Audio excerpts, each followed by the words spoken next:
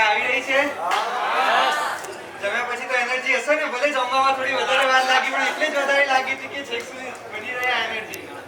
ઠીક છે, હવે હું બે શબ્દો કહેવા માંગુ છું. હેલો. હા, સ્પેશિયલી કૃષ્ણના મમ્મી અને પપ્પા માટે, જે હવે મારા પણ મમ્મી અને પપ્પા જ છે, બરાબર? તો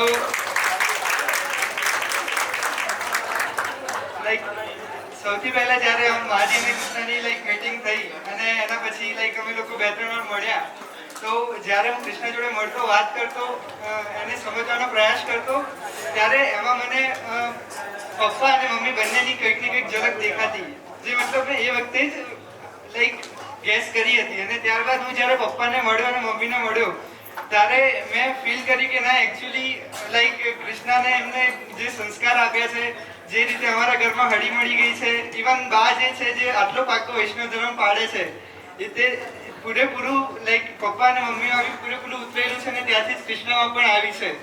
અને બાને તો એ જાણીને જેટલો આનંદ થઈ ગયો હતો કે કૃષ્ણ પોતે લાઈક રાધા અને કૃષ્ણ બંને ભગવાનની સેવા પણ કરે છે લાઈક બ્રહ્મ સંબંધ લીધા પછી, તો એનાથી વધારે સારું કંઈ જ ના હોઈ શકે.